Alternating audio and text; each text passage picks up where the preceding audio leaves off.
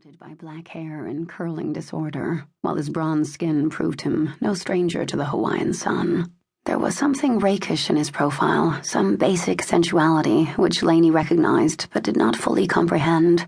She thought perhaps his nose had been broken at one time, but rather than spoiling the appeal of the profile, the lack of symmetry added to it.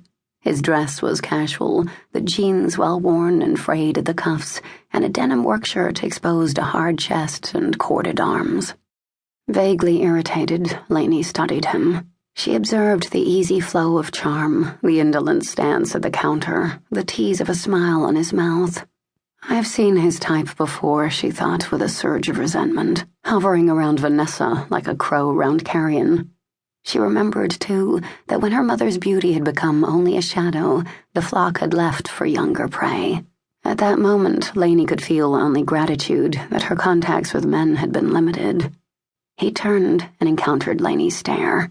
One dark brow rose as he lingered over his survey of her. She was too unreasonably angry with him to look away. The simplicity of her suit shouted its exclusiveness, revealing the tender elegance of young curves.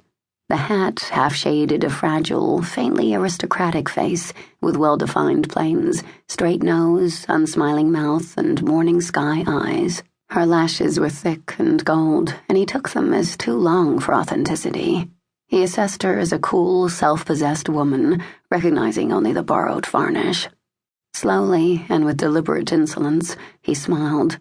Laine kept her gaze steady and struggled to defeat a blush. The clerk, seeing her companion's transfer of attention, shifted her eyes in Laine's direction and banished a scowl. "May I help you?" Dutifully, she affixed her occupational smile. Ignoring the hovering male, Laine stepped up to the counter. "Thank you. I need transportation to Kauai. Could you tell me how to arrange it?" A whisper of France lingered in her voice. "Of course, there's a charter leaving for Kauai in..."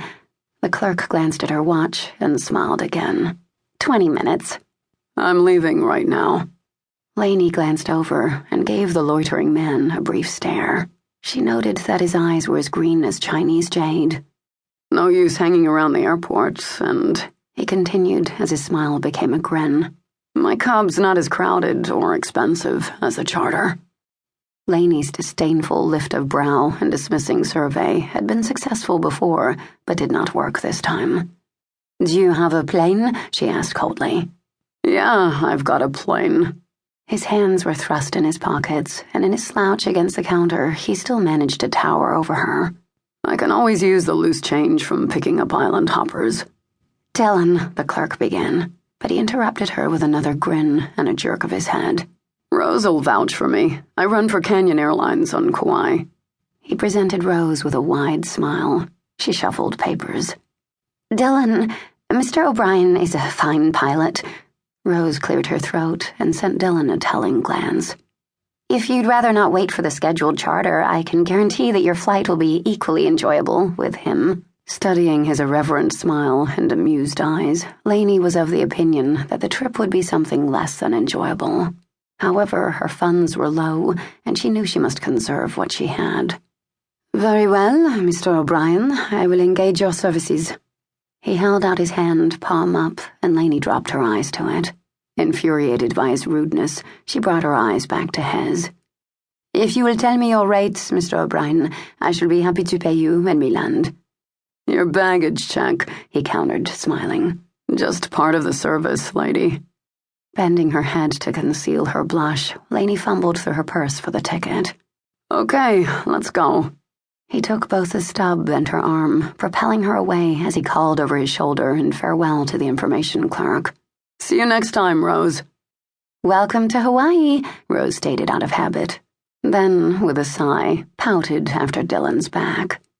Unused to being so firmly guided and hampered by a stride a fraction of his, Laine struggled to maintain her composure while she trotted beside him. "Mr. O'Brian, I hope I don't have to jog to Kauai." He stopped and grinned at her. She tried and failed not to pant. His grin, she discovered, was a strange and powerful weapon, and one for which she had not yet developed a defense. "Thought you were in a hurry, miss." He glanced at her ticket, and she watched the grin vanish. When his eyes lifted, all remnants of